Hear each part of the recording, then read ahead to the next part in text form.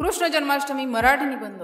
कृष्ण जन्माष्टमी हा भारतातील सर्वात महत्त्वाचा आणि उत्साहात साजरा होणारा धार्मिक सण आहे। हिंदू पंचांगानुसार श्रावण महिन्याच्या कृष्ण पक्षातील अष्टमी 8वी तिथीला मध्यरात्री भगवान श्रीकृष्णाचा जन्म झाला। ही रात्र मोहरात्र म्हणून ओळखली जाते। हा सण केवळ भगवान कृष्णाच्या जन्माची आठवण म्हणून नव्हे तर त्यांच्या जीवनातील शिकवणी, प्रेम, करुणा, धैर्य आणि धर्माच्या रक्षणाच्या संदेशाचे प्रतीक आहे। पौराणिक कथेनुसार भोवतालच्या अत्याचारी राजा कंस कारागृहातून मथुरेचा राजा उग्रसेनचा पुत्र वासुदेव आणि राणी देवकी यांना कारावासात ठेवले होते। कंसाला भविष्यवाणी झाली होती की देवकीचा 8वा पुत्र त्यांचा नाश करेल, म्हणून त्याने देवकीचे 6 पुत्र ठार मारले। 7व्या गर्भाचे रक्षण करण्यात यश मिळाले आणि बलराम जन्मले। अखेर 8व्या गर्भाच्या जन्माच्या रात्री भगवान विष्णूंनी कृष्णाचे रूप धारण केले। अंधार, वादळ आणि भरपूर पाऊस असताना वासुदेवांनी नवजात कृष्णाला यमुनेच्या पूरग्रस्त पाण्यात वाहून नेऊन गोकुळातील गोकुळ नंद आणि यशोदा यांच्या हवाली केले। त्याच रात्री यशोदेची मुलगी मोहिनीचा अवतार जन्माला आली, जिला वासुदेव कंसाला सुपूर्द करतात आणि कंस तिला ठार मारण्याचा प्रयत्न करतो, पण ती देवी बनून अदृश्य होते।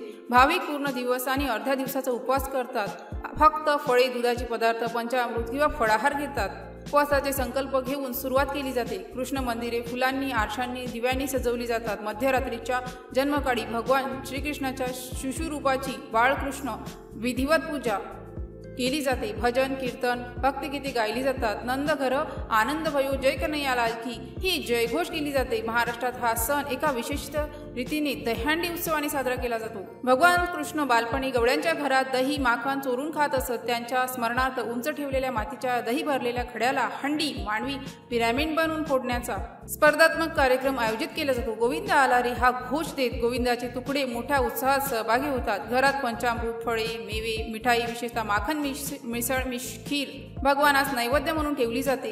भागवत गीतेचे पारायण केले जाते। बालकृष्णाच्या पालखीचे मिरवणुकी काढल्या जातात। लहान मुले कृष्ण किंवा गोपीचे वेश धारण करतात। श्रीकृष्ण जन्म हा अत्याचाराविरुद्ध धर्मासाठी उभा राहण्याचा संदेश देतो, भक्तीच्या शक्तीचे प्रतिनिधित्व करतो। मीरा, तुकाराम, ज्ञानेश्वर यासारख्या संतांनी कृष्ण भक्तीचा पुरस्कार केला। कृष्णाचे जीवन गीतेचे ज्ञान, कर्तव्यपरायणता, मैत्री, प्रेम, धैर्य, मूल्यांचे शिकवण देतो। दहीहंडी सारखे कार्यक्रम शारीरिक प्रयत्न, टीम वर्क आणि सामुदायिक भावना वाढवतात। भजन, कीर्तनामुळे सामाजिक एकात्मता निर्माण होते।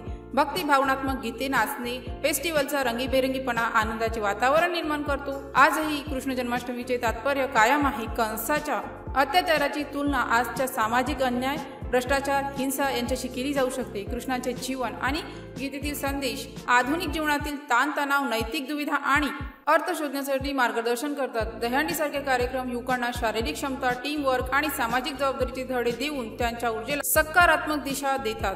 कृष्ण जन्माष्टमी हा केवळ एक धार्मिक उत्सव नसून भारतीय संस्कृतीचा समृद्ध वारशाचे आणि शाश्वत मूल्यांचे प्रतीक आहे। हा सण आनंद, भक्ती आणि आशेचा संदेश घेऊन येतो। भगवान श्रीकृष्णांचा जन्म ही केवळ ऐतिहासिक घटना नसून प्रत्येक मानवाच्या आत्म्यातील दिव्यत्वाचा, देवताचा जागृतीची प्रतिकारात्मक आठवण आहे। त्यांच्या जीवनातील शिकवण आपल्याला दैनंदिन जीवनात आचरणात आणणे ही खरी उपासना होय। जय श्रीकृष्ण। जर या पोस्टशी संबंधित काही गोंधळ असेल किंवा आपल्याला अशा कोणत्याही विषयाची माहिती हवी असेल तर कृपया खालील दिलेल्या कमेंट बॉक्सद्वारे आपले प्रश्न आम्हाला विचारू शकता। या पोस्टशी संबंधित आणखीन काही प्रश्न असतील आपण आम्हाला ते देखील सांगू शकता की आम्ही त्या समस्या नक्कीच सोडवू।